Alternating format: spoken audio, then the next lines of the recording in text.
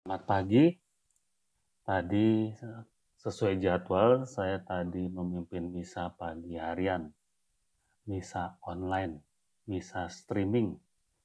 Dan misa itu ketika sudah lewat, akhirnya juga bisa kita saksikan di YouTube.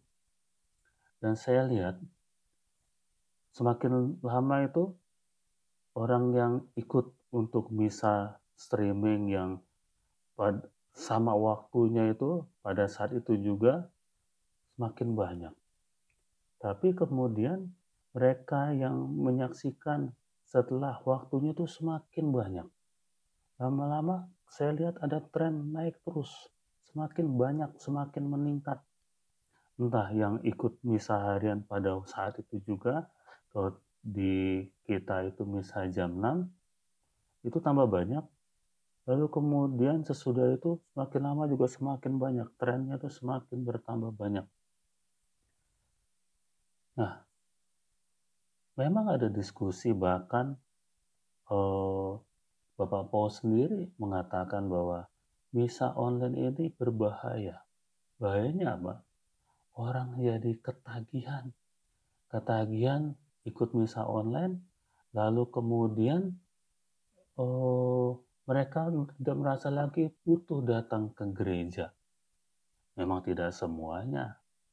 Dan ini juga menjadi ketakutan Romo Suto, Romo senior kita, ketakutan bahwa jangan-jangan merasa bahwa misa online itu sudah cukup, nggak perlu datang lagi ke gereja. Bahkan juga ada percakapan di kalangan umat yang mengharapkan setelah pandemi ini selesai, misa online itu tetap ada.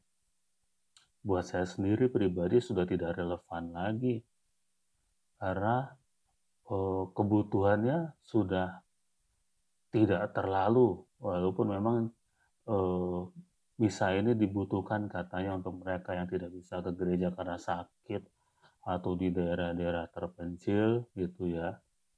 Mungkin, tapi nggak serelevan sekarang. Kalau sekarang memang sangat dibutuhkan untuk itu.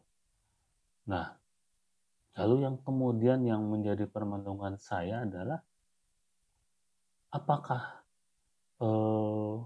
nilainya, rasanya itu sama antara misa. Misalnya tadi jam 6 Anda ikut misa pada jam itu, atau ketika sudah lewat Anda menyaksikannya di YouTube, gimana? Kalau saya merasa, ya semua pasti ada berkatnya. Pada jam itu ada berkatnya. Sesudah itu karena mungkin entah kesiangan bangun, entah mesti masak buat keluarga dulu sehingga waktunya nggak pas, buat saya tetap ada berkatnya. Karena sekali lagi, Roh Kudus itu berkarya dengan banyak cara. Ketika satu cara ditutup, dia pasti lewat cara yang lain. Kita tidak bisa ke gereja ekaristi bersama, tidak berarti bahwa Allah tidak berkarya, Roh Kudus tidak berkarya, tetap berkarya dengan cara lain. Maka saya pikir memang pikiran kita harus terbuka. Pertama-tama yaitu tadi bahwa Allah berkarya dengan banyak cara. Jangan dengan pikiran kita sendiri menutup karya-karya Allah.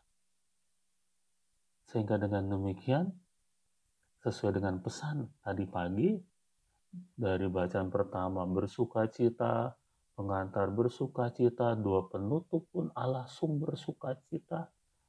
Sejati kita tahu ajakan dari Allah adalah bersukacita dalam segala situasi, mampu mengalami perjumpaan dengan Allah kapanpun dan dimanapun, tidak terbatas oleh tempat dan tidak terbatas oleh waktu. Semakin diberkati, berkomitmen memberdayakan.